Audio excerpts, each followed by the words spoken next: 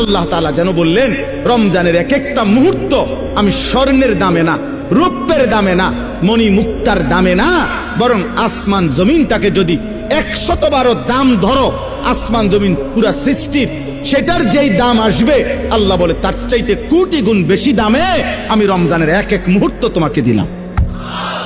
চাও, second second crore crore গুণ দামি বানাই দিলাম।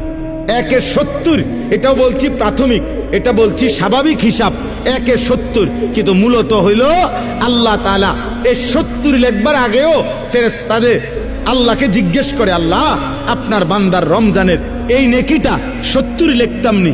আল্লাহ বান্দার দিকে তাকাইয়া যখন দেখে গুনাহ থেকে মুক্ত, আল্লাহর জিকিরে তার জিহ্বা ভিজা, আল্লাহর মহব্বত তার কলিজার মধ্যে, সুন্নাত মোতাবেক তার জীবন, আল্লাহ তখন বলে না 70 না, 700 লেখো, 700, 7,000 লেখো, 70,000 লেখো, 7 লক্ষ লেখো, 70 লক্ষ লেখো, 7 কোটি লেখো, 70 কোটি লেখো, 70,000 কোটি লেখো।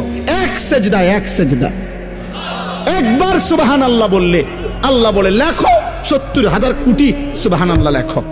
কোন বেলায় আল্লাহ মহব্বতের জোশে, আল্লাহ তার মায়ায় আল্লাহ বলে, ফেরেশতা তুমি লিখো না, সাআকতুবু, আমি আল্লাহ নিজেই লিখবো। এই নেকি তুমি দিয়া পারতা না, আমি দেবো আমার বান্দার নেকি। বলেন বাপ, বলেন। আহাজ মুসলমানের সন্তান, যদি তোমরা বুঝতা যে তোমাদের মালিক তোমাদের প্রতি কি পরিমাণ খেয়াল করেছে, রাসূলুল্লাহ সাল্লাল্লাহু আলাইহি সাল্লাম আমাদের প্রতি কি পরিমাণ খেয়াল করেছে।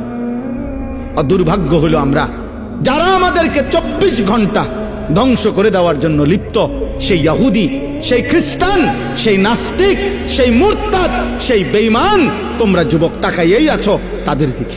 চুল তোমার বেঈমানের মতো যে তোমারে গুলি করতে চায়, চেহারা সুরত তোমার বেঈমানের মতো যে বেঈমান তোমাকে গলা টিপে মেরে ফেলতে চায়, মেরে ফেলতে চায়।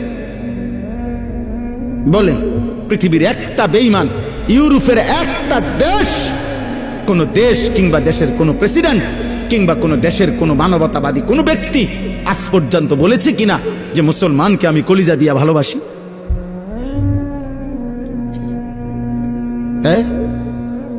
তাহলে যে আমারে ঘৃণা করে, যে আমারে ধ্বংস করতে চায়, যে আমারে 24 ঘন্টা আমার জাতি, আমার গোষ্ঠী, আমার সম্প্রদায়, আমার কওমকে যে ধ্বংস করে দিতে চায়, সে আমার প্রিয় হবে কেন? আল্লাহ আমাদেরকে বুঝ দান করেন।